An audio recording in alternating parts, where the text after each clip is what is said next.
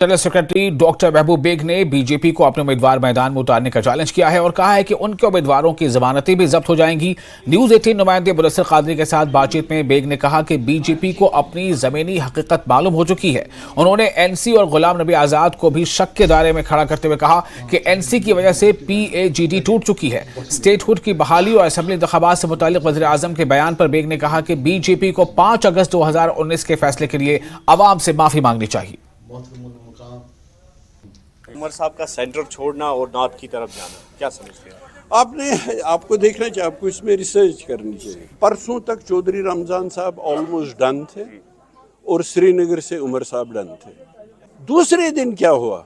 मगर मैं अगरउल्लाह साहब को सलाम करता हूँ, इसमें वो कामयाब हो गए कि उमर साहब को बारामुल्ला भेजा और खुद श्रीनगर से लड़ रहे हैं। क्या वाकई तौर पर अभी भी PAGD है कि उसको जख्म पहुंचा?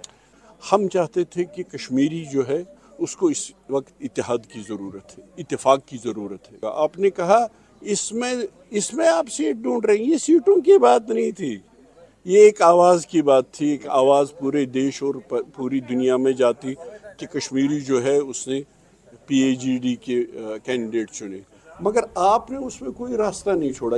इस हद तक कि महबूबा जी ने कहा था फारूक साहब ही ऐलान करेंगे।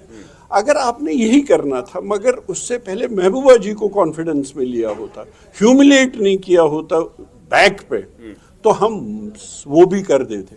मगर आपने ह्यूमिलेट किया हमको और PAGD को तोड़ दिया। तो क्या समझते हैं आप, वाकई तौर पर स्टेटहुड रेस्टोर होगा और जो असेंबली इलेक्शंस है उसके लिए अब बीजेपी ने हामी भरी है वाकई तौर पे? इंडियन कॉन्स्टिट्यूशन में कहीं ये प्रेसिडेंस नहीं है कि आप स्टेट को डाउनग्रेड करके यूनियन टेरिटरी बनाएं। इनको लोगों से माफ़ी मांगनी चाहिए, कहना चाहिए कि बीजेपी को गलती होगी ये करके। जम्मू कश्मीर के लोगों से माफ़ी मांग के स्टेटहुड रेस्टोर करें तो वो कोई मेहरबानी नहीं, कोई एहसान नहीं, अपनी गलती का एतराफ़ करके उसको दुरुस्त करने वाली बात है। जहाँ तक इलेक्शन की बात है तो ये तो कहते थे ये इलेक्शन कमीशन का काम है। अब इन्होंने ये साफ कर दिया कि ये सब जो इंस्टीट्यूशंस हैं ये असली यही चलाते हैं, कि उनके लिए भी मौका है। अगर उनको लगता है कि उन्होंने जो कश्मीरियों के साथ किया, जम्मू कश्मीर के लोगों के साथ किया, राजौरी पुंछ के लोगों के साथ किया 5-6 अगस्त 2019 को, अगर उनको लगता है कि जम्मू कश्मीर के लोग जो राजौरी पुंछ के लोग उससे खुश हैं, तो अपने वो नुमाइंदे खड़े करें और उनकी ज़मानतें बचाए।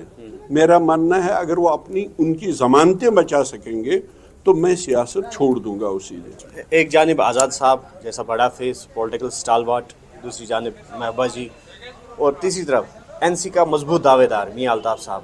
तो ऐसे में क्या लग रहा है आपको, बीजेपी क्यों उम्मीदवार उठाने से अभी भी कतरा रही है, क्यों अनाउंस नहीं कर पा रही? अरे देखिए, वही तो है, वही डर लग रहा है। मुझे लगता है कि वो श्योर नहीं है, और क्या बात हो सकती है। अब आज़ाद साहब की आपने बात की, आज़ाद साहब के तर्जमान ही नहीं, मैंने खुद सुना आज़ाद साहब का। आज़ाद साहब ने कहा, जब उनका अनाउंस हुआ कि वो कैंडिडेट है, आज़ाद साहब ने कहा I have always led from the front, I will lead from the front. आपने सुना होगा। उसके बाद क्या हुआ कि उन्होंने कहा नहीं, ये बाद में हम ऐलान करेंगे, क्योंकि अहकामात ऊपर से आते हैं, लोग ये अच्छी तरह जानते हैं।